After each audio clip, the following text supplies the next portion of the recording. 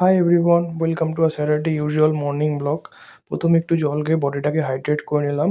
তারপর ব্যাঙ্গালোরের গরমে সানস্ক্রিন মেখে আমি আর বিদিশা বেরিয়ে পড়লাম জিমের উদ্দেশ্যে। আইকিয়া থেকে কেনা প্ল্যানগুলো বিদিশার যত্নে খুব সতেজ আছে। তারপর জিম করে বাড়ি ফেরার পথে একটু ডাব খেলাম, একটু ছাতু আর লেবু এনেছিলাম, আজকে ছাতুর শরবত বানাবো।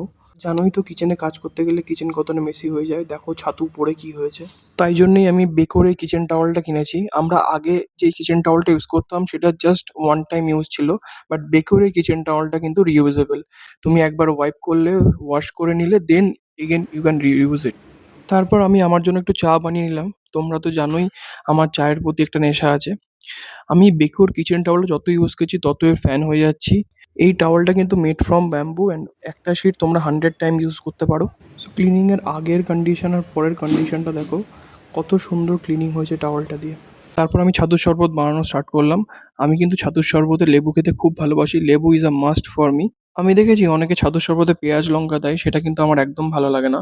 আমি ছাতুর শরবতে নর্মালি কাজু, কিশমিশ, আমন্ড এসব দিয়ে খেতে ভালোবাসি। আর ছাতুর শরবতে ঠান্ডা জল কিন্তু মাস্ট। এবার আমার ছাতুটা তৈরি হচ্ছে। নাও ছাতুর শরবত ইজ রেডি। দারুণ খেতে হয়েছিল। দিশ আমার জন্য এগ পোচ বানিয়েছিল, সেটা খেয়েই এইভাবেই শনিবারের সকালটা শেষ করলাম। Bye bye.